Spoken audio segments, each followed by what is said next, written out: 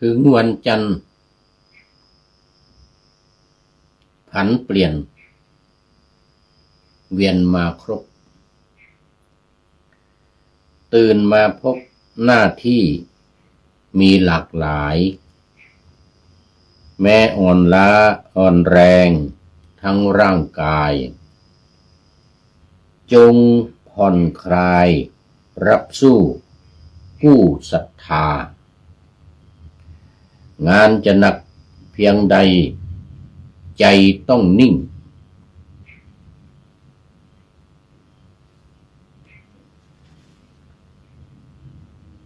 คือความจริงสิ่งสร้างปรารถนาก้าวต่อไปอย่าท้อรอเวลาความสำเร็จอันล้ำค่ารอท่าเรา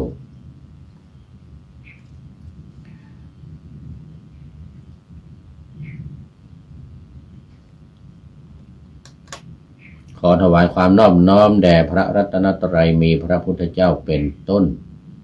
ขอถวายความเคารพพระมหาเถระพระเถรานุเถระเจ้าคณะพระสังฆาธิการทั่วโลกมีพระเดชพระคุณพระธรรมเสนาบดีเจ้าคณะภาค7วัดพระธาตุดอยสุเทพเป็นต้นและขออำนวยพรแด่ท่านผู้ฟังท่านผู้ชมสาธุชนพุทธบริษัททั้งหลายวันนี้รายการพระไตรปิฎกลอยฟ้าก็ลอยมาจากวัดพระธาตุดอยสุเทพราชวรวิหารอันมีพระเดชพระคุณหลวงพ่อพระธรรมเสนาบดีเจ้าคณะภาค7เจ้าอาวาสวัดพระธาตุดอยสุเทพเป็นประธาน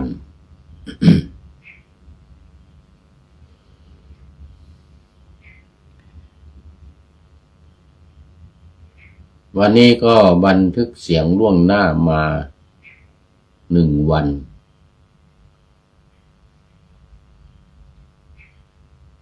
รายการก็จะออกอากาศทางวิทยุ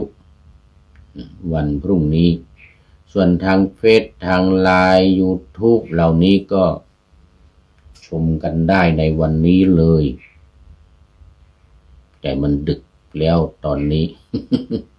FC ทั้งหลายคงเข้านอนแล้วก็หลับปุ้ยกันไปหมด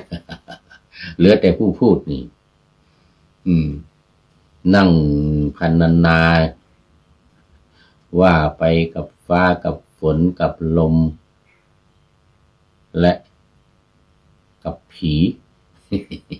ให้ผีฟังไว้ก่อนวันนี้เพราะว่ารายการจะออกตอนเช้าตอน8 ถึง 9 นาฬิกา4 สถานี 4 สถานีนี่นะยกเว้นวัดพระธาตุดอยสุเทพนู่นไปออกอากาศตอนกลางคืนนู่นหมายถึงวิทยุนะหมายถึงสถานีวิทยุทางวัดฝายหินวัดปากทางเจริญวัดพระพุทธบาทอุดมและมจร.วิทยาลัยสงฆ์นครลำปางจะมีอาจารย์จิรศักดิ์ปันรำเป็นผู้อำนวยการสถานีท่านอาจารย์พระมหาพานุวัตรสังคำเป็นผู้อำนวยการวิทยาลัยสงฆ์ก็พูดเมื่อใดก็ลืมชื่อพระครูสีอะไรลืมไปแล้ว ต้องขออภัยเป็นลูกศิษย์นี่แหละ แต่สมัยก่อนยังไม่ได้เป็นพระครู ก็เลยจำชื่อได้พานุวัตรนี่นะ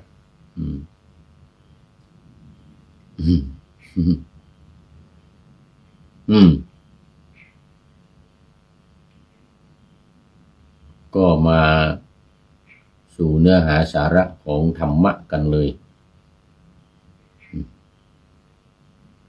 วันนี้เป็นพระไตรปิฎกเล่มที่20อังคุตรนิกาย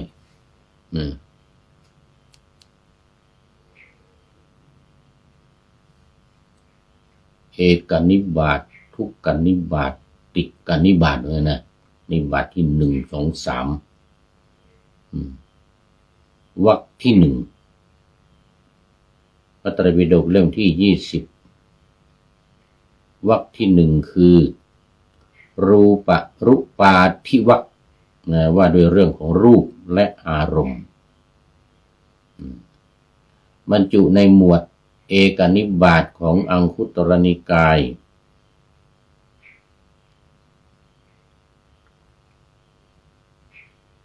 เนื้อหาหลักในวรรคนี้กล่าวถึงความสำคัญของรูปเสียงกลิ่นรสโผฏฐัพพะ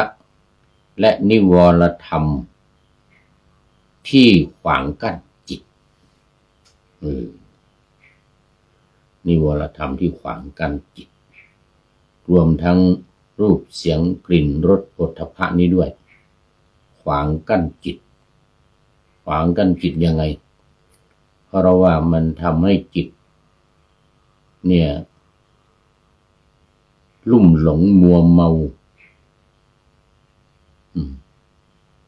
ไม่ไปถึงไหนถ้ามีเรื่องรูปเสียงกลิ่นรสโผฏฐัพพะมารบกวนอยู่ในจิตใจก็เหมือนเป็นอุปสรรคในการที่จะบำเพ็ญสมณธรรมหรือปฏิบัติธรรมให้บรรลุเป้าหมายปลายทางอันสักสวยงดงามสดสวยงดงามยังไงก็ตามนะถ้ายังมีรูปเสียงกลิ่นรสนี่นะเขาเรียกว่ามันเป็นกามคุณแปลว่าสิ่งที่น่าใคร่น่าปรารถนา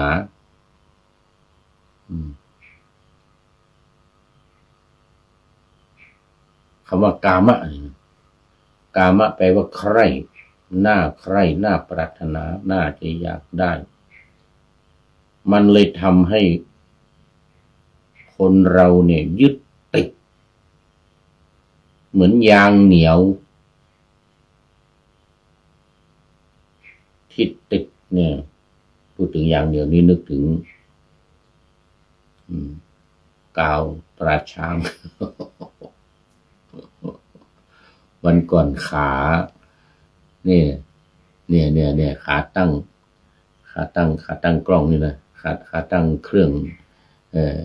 ตั้งกล้องเครื่องตั้งติดโทรศัพท์นี่นะมันตกจากโต๊ะนู่นที่วัดฝายหินนู่นหักเลยยังไงว่าได้ยินข่าวว่ากาวตราช้างเนี่ยมันแน่นะมันติดแน่นเลยนะก็เลยให้เขาซื้อมา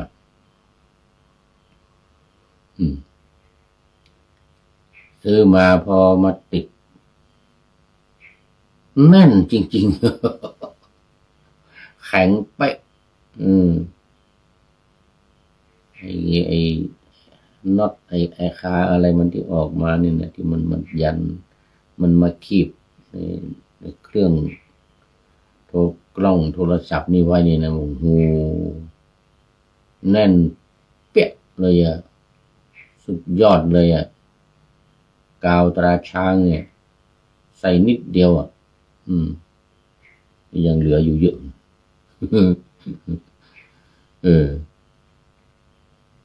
นี่ กามคุณนี่เหมือนกับกาวตราช้างเลยนะมันติดนะติดใครติดใจนี่นะเหนียวหนึบพระพุทธองค์จึงตรัสว่ากามสุขันลิกานุโยคไอ้กามสุขนี่นะ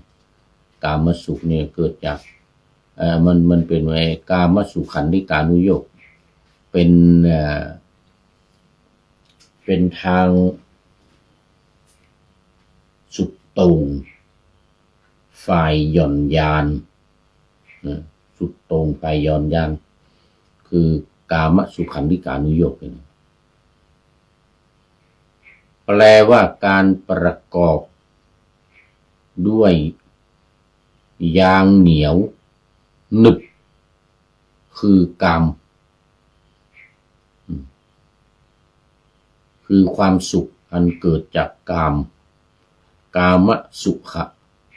อันลิกะอนุโยคนี่พระพุทธเจ้าจะแสดง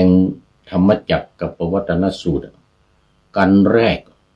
พระธรรมเทศนากันแรกที่แสดงที่ป่าอิสิปตนมฤคทายวันนู่นนะเมืองพาราณสีเนี่ยแคว้นกาสี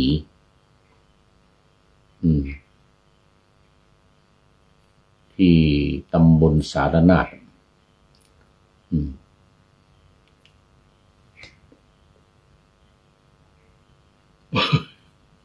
ขอไป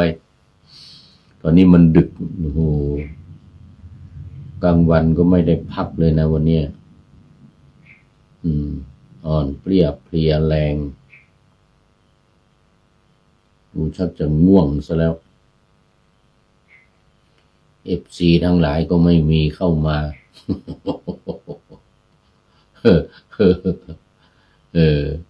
มันก็เลยดู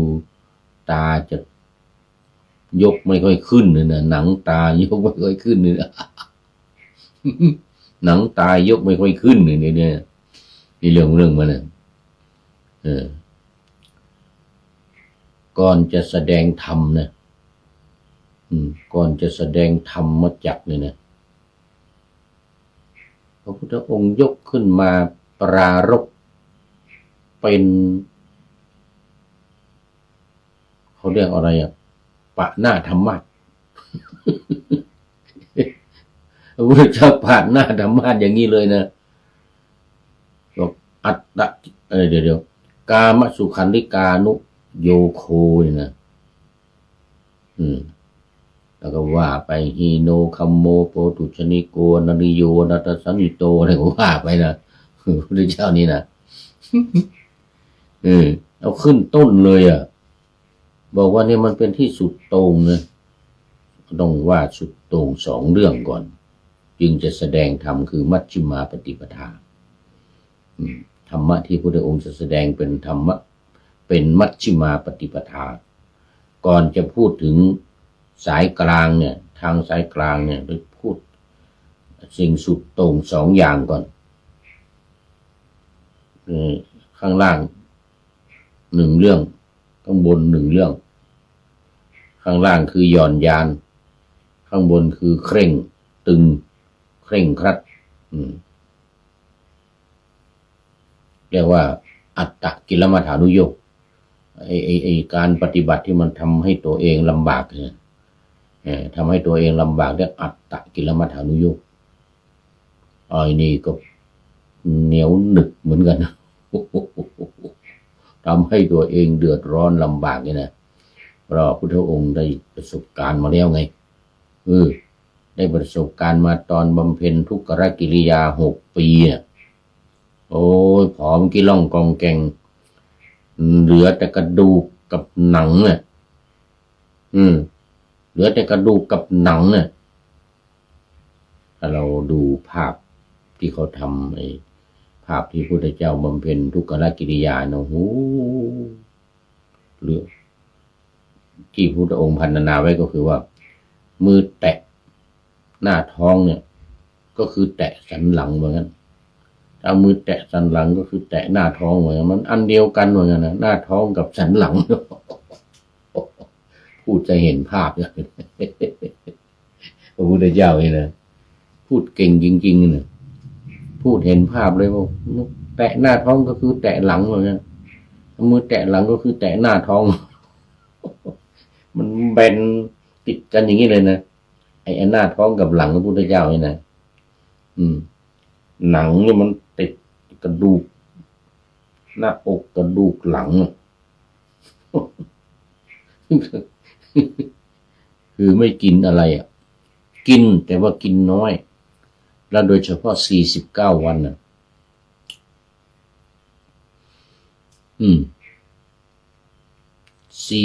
49 วันก่อนที่จะเลิกบำเพ็ญทุกขกิริยาเนี่ยนะไม่กินอะไรเลย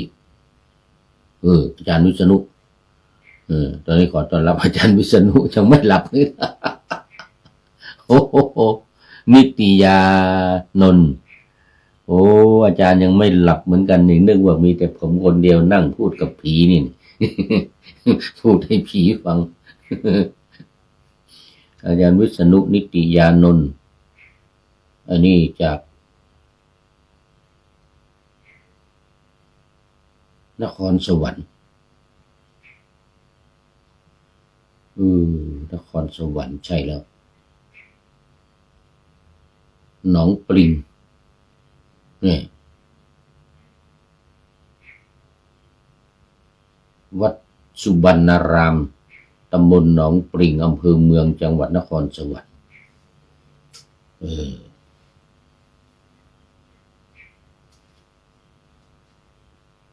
มันติดไปทางลพบุรีนะหนองปริงเนี่ยอำเภอเมืองนครสวรรค์ไอ้ที่ลพบุรีมันมีหนองปริงอีกเหมือนกันนะวันนั้นว่าผิดไป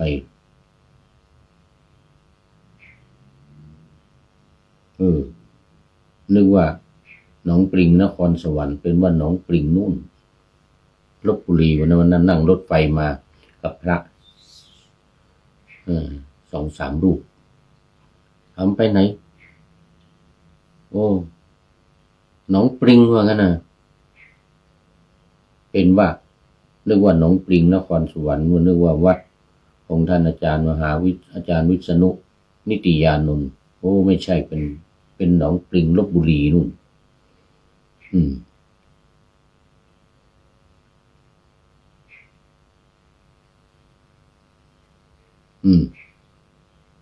มันเลยลพบุรีมานะ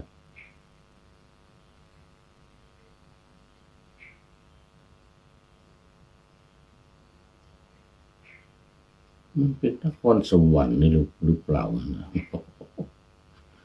ก็งงอยู่แล้วมันเลยลพบุรีขึ้นมา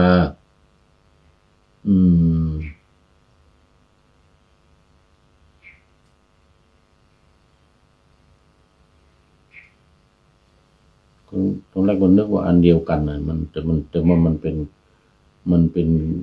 เขตจังหวัดลพบุรีนะน่าจะเป็นนครสวรรค์หรือเปล่าไม่รู้นะแต่มันไม่ใช่มันยังไม่ยังไม่ถึงนครสวรรค์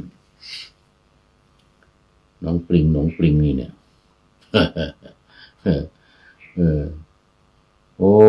ขอบคุณท่านอาจารย์วิษณุมากนึกว่าไม่มีFCแล้ววันนี้นึกว่าจะพูดกับคุยให้ผีฟัง คุยให้ผีฟังเสร็จแล้ววันพรุ่งนี้ค่อยเอาไปเปิดให้คนฟังทางสถานีวิทยุนะ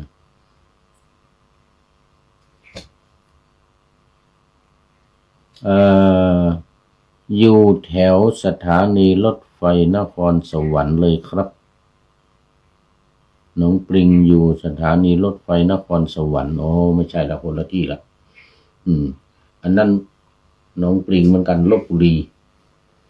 มีหนองปริงเหมือนกันแต่อันนี้มันอยู่ใกล้สถานีรถไฟนครสวรรค์เลยนี่ค คนละที่ละคนละที่ละโน่นมีอีกหนึ่งหนองปริงเหมือนกันเป็นบ้านเป็นชื่อบ้านชื่อหมู่บ้าน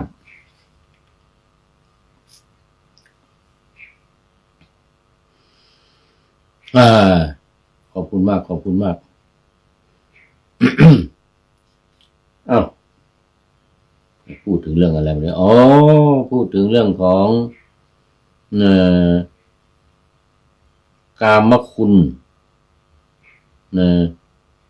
รูปตรงนี้จะติดตรงนี้มันเป็นสูตร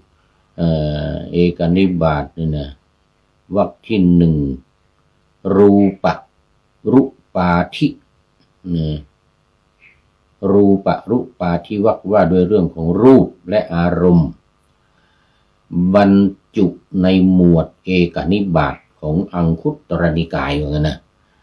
หลักในวันนี้ก็กล่าวถึงความสำคัญของรูปเสียงกลิ่นรสโผฏฐัพพะและนิวรธรรมที่ขวางกั้นจิตนี่เมื่อกี้พูดถึงว่าพระพุทธเจ้าแสดงธรรมจักรกับวัตนสูตรเอาเรื่องนี้ขึ้นก่อนเลยนี่รูปเสียงกลิ่นรสนี่กามคุณแต่พุทธองค์ตรัสว่าเป็นกามสุขนะกามสุขันธิกานุโยคการประกอบยางเหนียวหนึบคือความสุขนะความเหนียวนี่นะยางเหนียวคือความสุขที่เกิดจากกามมคุณทั้งห้านี่แหละรูปเสียงกลิ่นรสโผฏฐัพพะนี่พระองค์ตรัสกามสุขันธิกานุโยโคฮีโนเป็นของเลวว่างั้นนะเป็นของต่ำคัมโมเป็นเหตุให้ตั้งบ้านเรือนว่างั้นกามคุณห้านี่แหละเป็นเหตุให้ตั้งบ้านเรือนยังไงเพราะว่าเขาอาศัยกามนี่แหละแต่งงานกันแล้วก็สร้างบ้านสร้างเรือนมีลูกออกหลานไงเรื่องวะนะก็เลยอินโนคัมโมเราก็เรียกว่าโปทุชนิโกว่าเป็นเรื่องของปุถุชนคนหนาแน่นไปด้วยกิเลสกิเลสคือกามนี่แหละกามราคะนี่อินโนคัมโมโปทุชนิโกอนัตนิโยงั้นไม่ใช่ของพระอริยะเลยนะไม่ใช่ของประเสริฐไม่ใช่ของพระอริยะเลยไอ้กามคุณทั้งห้าเนี่ยกามอนัตติโยอนัตถสันนิโตไม่เป็นประโยชน์เกื้อกูลไม่เกื้อกูลใครไม่มีแต่ความทุกข์ยากลำบากเรื่องแต่ทำให้เกิดความเดือดร้อนเป็นไฟเป็นไฟ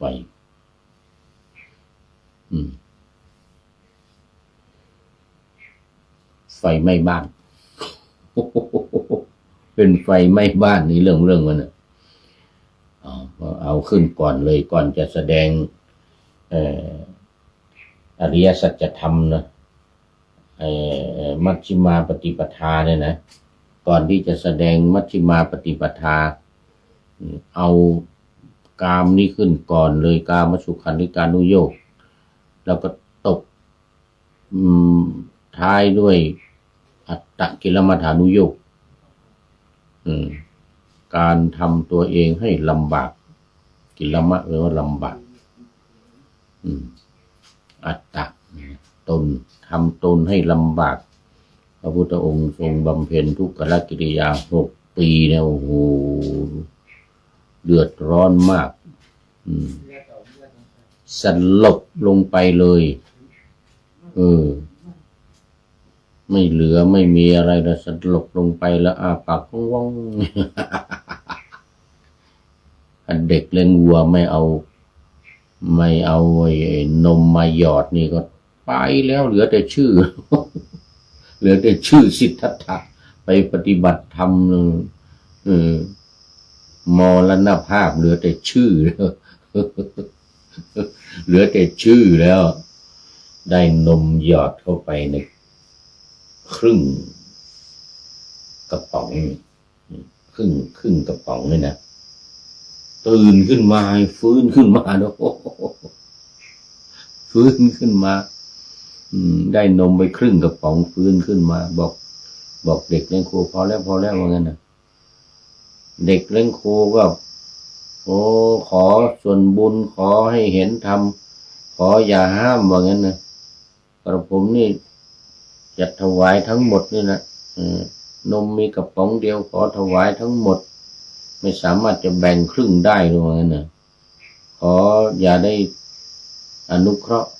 กระผมในชาตินี้เลยว่างั้นนะในโลกนี้เลยว่างั้นนะขออนุเคราะห์ในโลกหน้านู่นในสัมปรายภพด้วยนะแล้วก็ขอมีส่วนแบ่งในธรรมที่พระคุณเจ้าบำเพ็ญมาเนี่ยนะคนอินเดียสมัยนั้นมันเขาชอบเรื่องการทำตัวเองให้ลำบากไงเขาบอกพระพุทธเจ้าเนี่ยขอส่วนบุญด้วยวะนะขอได้เห็นธรรมที่พระคุณท่านได้เห็นเหมือนกันนะขอได้เห็นธรรมที่พระคุณท่านได้เห็นด้วยเหมือนกันนะเขามีส่วนได้ข่าว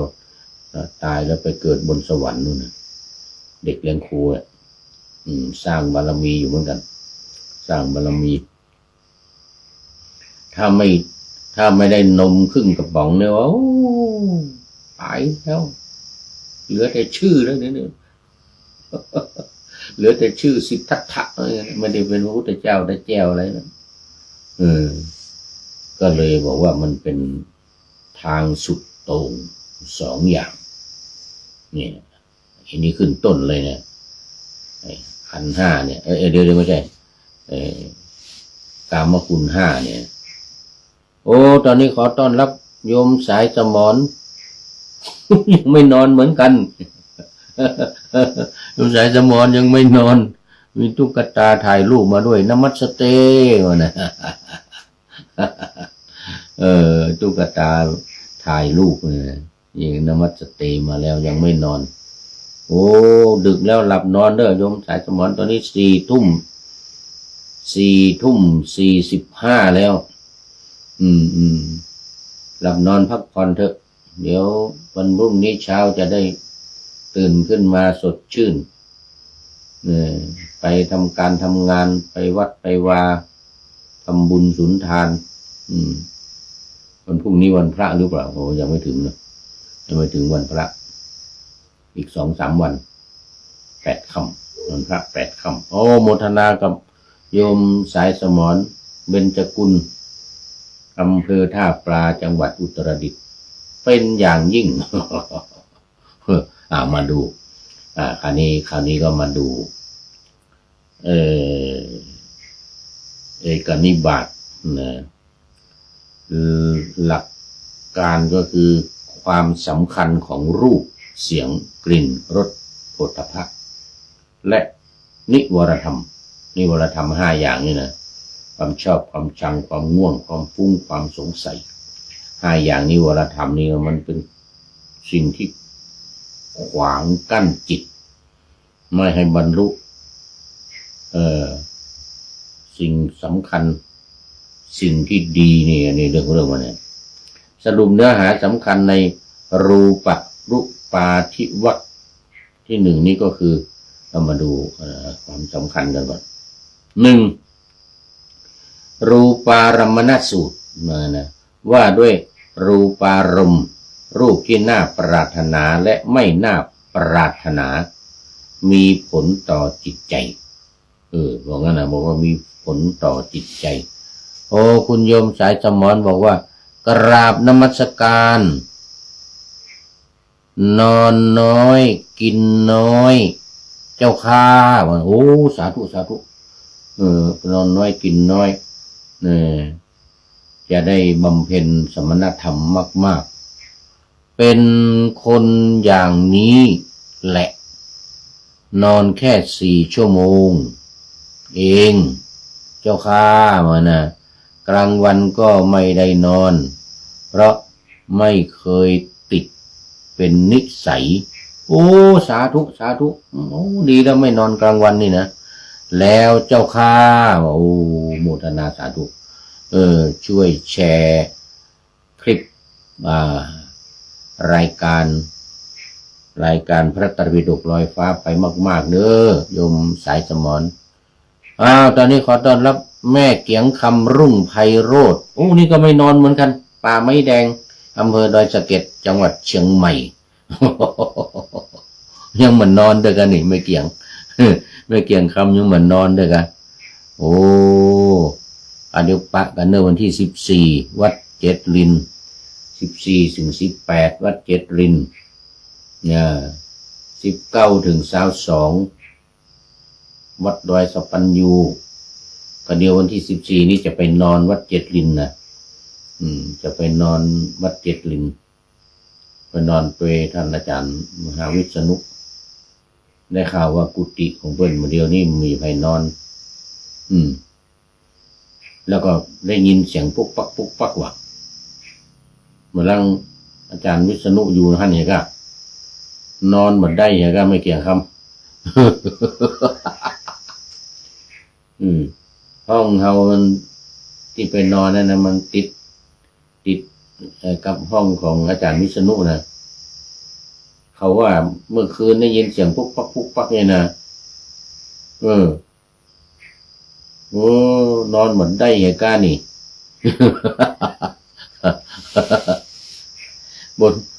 บนกุฏิชั้น2นะอาตมาก็นอนห้องน้อยๆที่มันติดมาตังเหนือเนี่ยเอาขึ้นไปชั้นบนนะขึ้นติดอยู่ทางเหนือแล้วห้องของอาจารย์วิษณุจะอยู่ทางตะวันออกห้องใหญ่อันนี้ห้องน้อยๆอยู่มุมมันจะไปนอนเนี่ยนะวันที่14ถึง18นะ19ก็ไปสปัญญูด้วยกันยังเหมือนนอนเจ้าข้ายังเหมือนนอนเตื้อดีละ4 ทุ่มไปแล้วเน้อก็เนี่ยจบรายการนี่อาตมาจะนอนละตะกี้หาวมากำละเนี่ยตายกบอกให้ขึ้นตรงนี้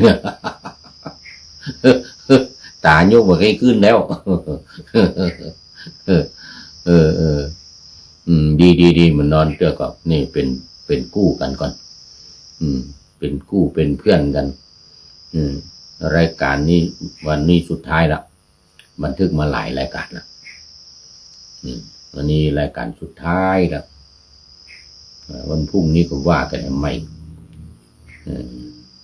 รายการวันนี้มันออกวันพรุ่งหรอกพวกออกวันพรุ่งมาเจ้ามาดูเนื้อหาสาระสำคัญในรูปาธิวรรควรรคที่ 1ว่าด้วยรูปและอารมณ์เนี่ยอันนี้1รูปารมณสูตร2สัทธารมณสูตรว่าด้วยสัทธารมณ์เมื่อกี้นี่ว่าด้วยรูปารมณ์นะอารมณ์คือรูปสัทธารมณ์คืออารมณ์คือเสียง3คันธารมณสูตรว่าด้วยคันธารมณ์คือกลิ่น4รสารมณสูตรว่าด้วยรสารมณ์คือรส5โผฏฐัพพารมณสูตรว่าด้วยโผฏฐัพพารมณ์คือการสัมผัสโผฏฐัพพะแปลว่าสัมผัสสิ่งของที่มาสัมผัสแล้วก็6ธรรมารมณสูตรว่าด้วยธรรมารมณ์เรื่องราวในใจคือความคิดที่เกิดในใจ7นิวรณปหานวรรคว่าด้วยการละนิวรณ์5นี่กามฉันทพยาบาทถีนมิทธะอุทธัจจะกุกุจจะวิจิกิจฉาก็คือความชอบความชังความง่วงความฟุ้งความสงสัยวิจิกิจฉาความสงสัยเพื่อให้จิตตั้งมั่นมานะ8เนื้อหาส่วนใหญ่เน้นย้ำเรื่องอารมณ์ที่เข้ามากระทบจิตทั้งทางตาหูจมูกลิ้นกายและวิธีการจัดการกับนิวรณ์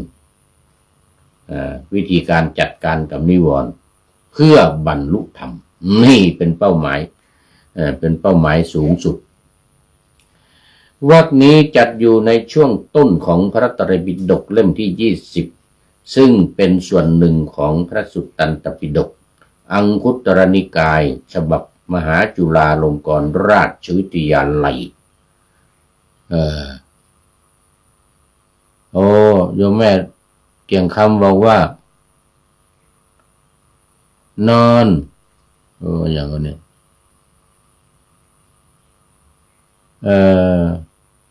นอนได้บาต้องกลัวพระอาจารย์เจ้าข้าว่างั้นนะนอนได้ว่านะโอ้สาธุจะลองไปดูก่อนเดี๋ยววันที่14หรือบางทีอาจจะไปวันที่13ไปล่วงหน้าสักวันล่วงหน้าสักวันนอนท่านละนอนจนถึงวันที่18พุ่นน่ะวันที่18เมื่อคืนเนาะทั้งคืน19ไปดอยสัปปัญญูไปนอนสัปปัญญูแห่ง2-3 คืนพุ่นน่ะวันที่22เสร็จวันที่22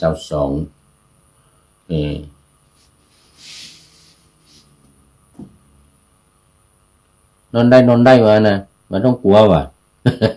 มันต้องกลัวอาจารย์วิษณุนะแต่เขาว่าปุ๊กปักได้ยินเสียงนะวันนั้นปะผู้รักษาการเจ้าอาวาสพระผู้รักษาการเจ้าอาวาสที่โดยสัปปัญญูเข้าใจไหมนะว่ามีภัยนอนว่าห้องอาจารย์วิษณุนะกุฏิอาจารย์วิษณุนะเมื่อคืนเขาได้ยินเสียงปุ๊กปักนี่ว่ะ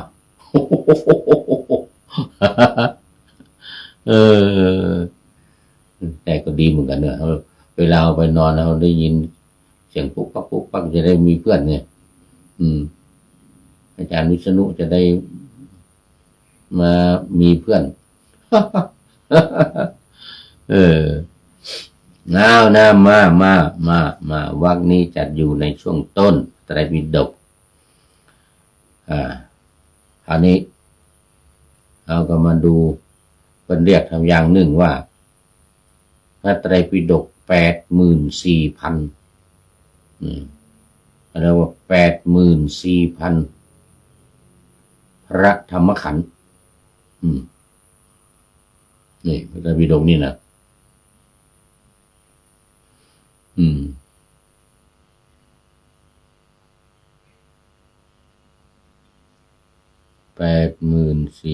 พระธรรมขันธ์โอ้อันนี้ยังเป็นอย่างอีไปอันนี้browser working สิงคโปร์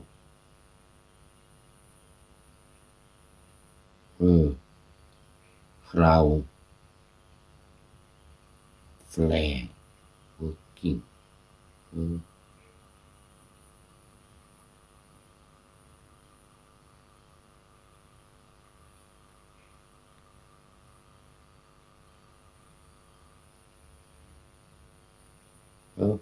อย่างใดนี่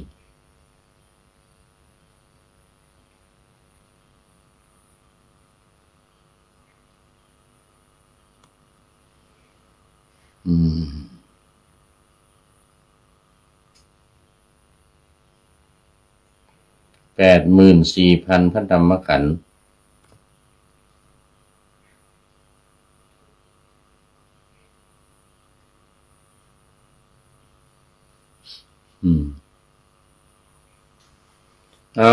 ละคราวนี้ก็มาดูรายละเอียด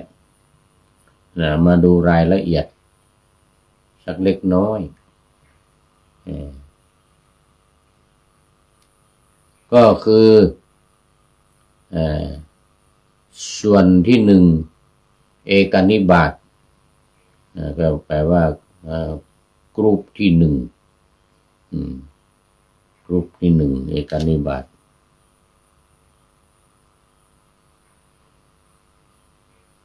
กนิบาตรูปที่หนึ่งนี่ก็คือเนื้อความของรูปาธิวรรคแปลว่าวรรคที่หนึ่งมีรูปเป็นต้นมีรูปเป็นต้นรูปและอารมณ์มีรูปและอารมณ์เป็นต้นคือนอกจากว่าจะกล่าวถึงความสำคัญของรูปเสียงกลิ่นรสโผฏฐัพพะเนี่ยก็ต้องพูดถึงเรื่องของนิวรธรรมที่กั้นขวางจิตส่วนกามคุณห้ารูปเสียงกลิ่นรสนี่เราว่ากันมาบ่อยแล้วว่ากันมาบ่อยเพราะว่ารูปารมณสูตรเนี่ยว่าด้วยรูปและอารมณ์เนี่ยนะที่น่าปรารถนาและไม่น่าปรารถนาคือมันเป็นกลางมันเป็นกลางคำว่ารูปารมณ์หรือรูปเนี่ยนะมันมีทั้งรูปที่สวยสดงดงามและเป็นรูปที่ไม่รูปที่ไม่งามรูปที่น่าเกลียดโสโครกนะคือการดูรูปเนี่ยนะมันก็ดูได้สองแง่นะในสองแง่สองมุมในสองแง่สองมุมยังไงในส่วนของรูปที่เป็นเขาเรียกว่ารูปารมณ์เข้าไปเรียกว่าอิทธารมณ์เนี่ยอิทธารมณ์คืออารมณ์ที่น่าปรารถนาเนี่ยส่วนอารมณ์ที่ไม่น่าปรารถนานี่เขาเรียกว่าอนิถารมณ์เขาเรียกอนิถารมณ์อารมณ์ที่ไม่น่าปรารถนาเราต้องนึกย้อนไปในกายคตาสติในกายคตาสติที่เป็นสติที่เป็นไปในกายในส่วนที่เป็นอนิถฐารมณ์เนี่ยสติที่เป็นไปในกายโน่นอิมัตสมิงกาเยเกสาโลมานะขาทันตาตะจูเป็นต้นโครงการวัดไทยพุทธวิหารโอ้โยมจิรพันธ์แห่งเมืองแจ็คสันรัฐมินนิโซตาโอ้ตอนหลังมานี่โยมจิรพันธ์มันมีเรื่องวุ่นวายที่มินนิโซตาโยมจิรพันธ์คงทราบดีเนาะเสร็จแล้วประธานาธิบดีทรัมป์สั่งเขาเรียกว่าเนี่ย75 ประเทศงดแบน75 ประเทศไม่ให้เข้าอเมริกาแบน75 ประเทศไม่ให้เข้าอเมริกานมัสการวันอาทิตย์ค่ะเจริญพรสาธุวันอาทิตย์โอ้กำลังตื่นมั้งเนี่ยโอ้ตอนเย็นแล้วนี่โอ้ตอนเดี๋ยวตอนนี้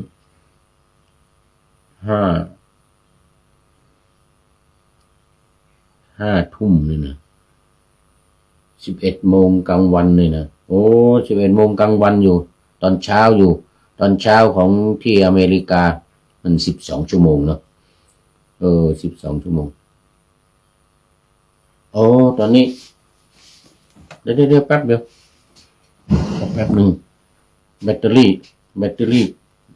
ต่ำแบตเตอรี่จะต่ำเดี๋ยวเอาสายมาเสียบก่อน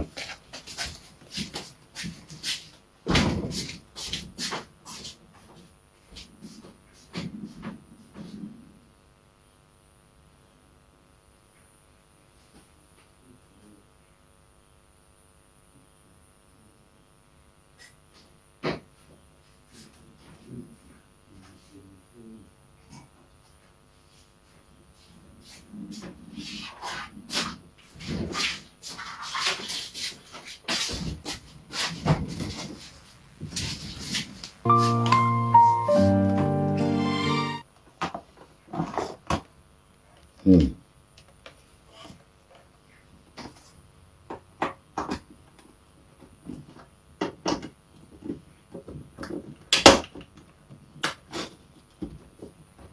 เออ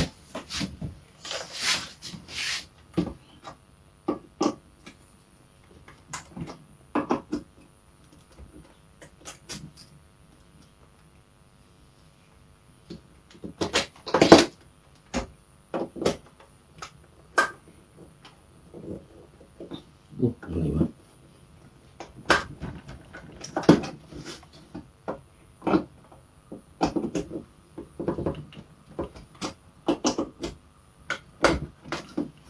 อืม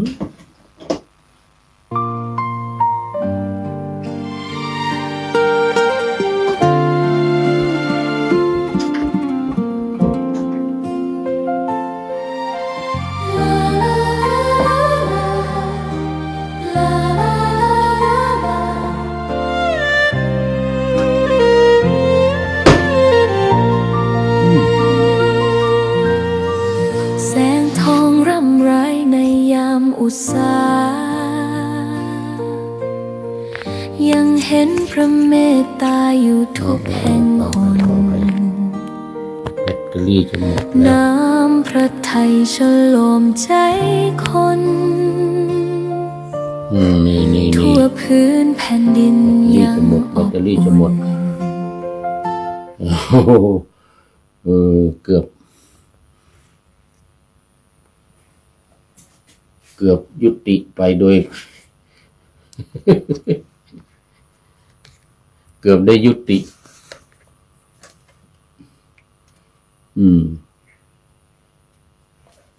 เกือบได้ยุติรายการนะ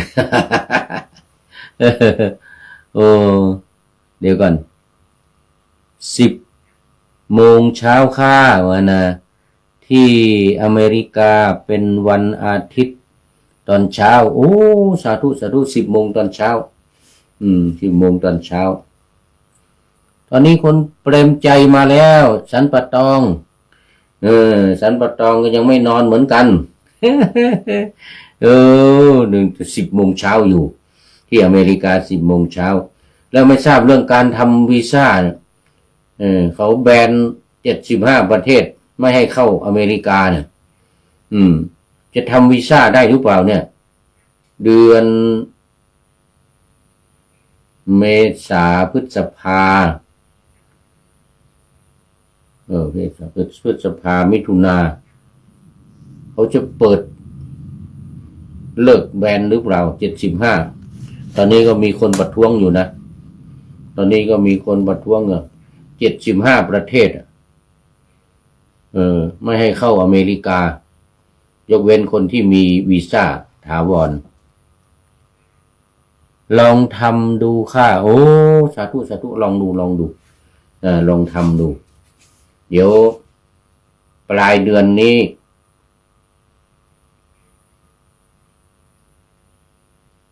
จะได้พาสปอร์ตใหม่ความจริงพฤษภามิถุนากรกฎาสิงหา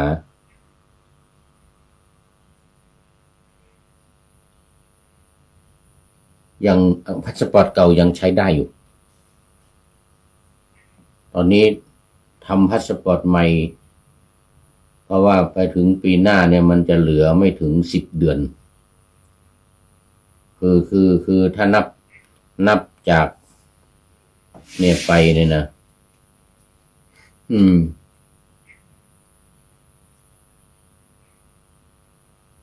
โอ้ถ้ามัน6 เดือนถ้ามันต่ำกว่า6 เดือนมันจะขอวีซ่าไม่ได้เพราะมันนี่นะมีนาเมษาพฤษภามิถุนาโอ้เหลืออยู่8 เดือนยังพอได้อยู่9 เดือน8 เดือนกว่าถ้า6 เดือนนี่มันจะขอวีซ่าไม่ได้เดี๋ยวเขาจะไม่ให้แต่ว่า เดี๋ยวรอพาสปอร์ตใหม่ประมาณเดือนเนี่ยนะปลายเดือนเนี้ยจะได้ละจะได้แล้วต้องลองทำดูนะต้องลองทำดูเอา75ประเทศเนี่ยเขาแบนไม่ให้เข้าอเมริกาเนี่ยประธานาธิบดีทรัมป์สั่งแบน75ประเทศไทยอยู่หนึ่งใน75ด้วย ประเทศไทยนะเป็นหนึ่งอยู่ใน75นะที่ประธานาธิบดีทรัมป์สั่งแบนไม่ให้เข้าอเมริกา แล้วที่มินนิโซตาที่มีเรื่องยิงกันตายเป็นยังไงไม่รู้ตอนนี้เขาคงแก้ไขปัญหากันได้แล้วที่มินนิโซตาเดือนก่อนแล้วนี่เดือนที่แล้วขอต้อนรับคุณโยมคณิตประสานสุขแน่คณิตประสานสุขมาแล้วสาธุนึกว่าไม่มีใครแล้ววันนี้นึกว่าจะพูดให้ผีฟังนี่เรื่องมันเนี่ย จะพูดให้ผีฟังอยู่นะเนี่ย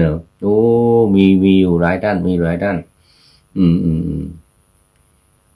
เดี๋ยวถ้าได้พาสปอร์ตใหม่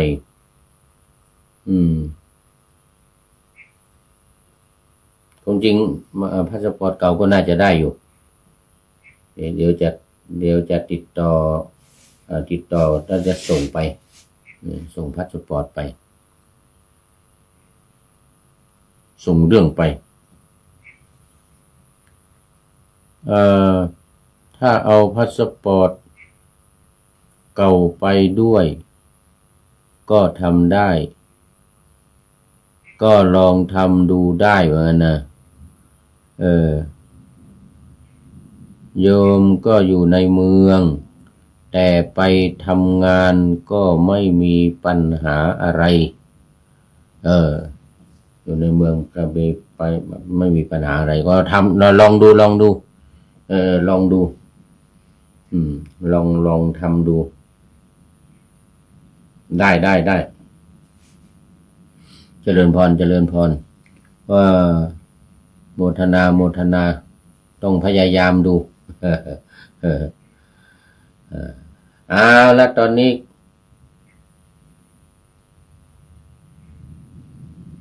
ก็ใกล้จะหมดเวลาก็สรุปว่าความสำคัญทั้งรูปารมณสูตรสัทธารมณสูตรคันธารมณสูตรรัสสารมณสูตรโพธทัพพระรมณสูตรแล้วก็ธรรมารมณสูตร6อย่างนี่นะเสียงกลิ่นรสโผฏฐัพพะธรรมารมณ์ที่ว่าด้วยรูปและอารมณ์ที่ประกอบกับรูปก็คือเสียงกลิ่นรสเดี๋ยวไม่ใช่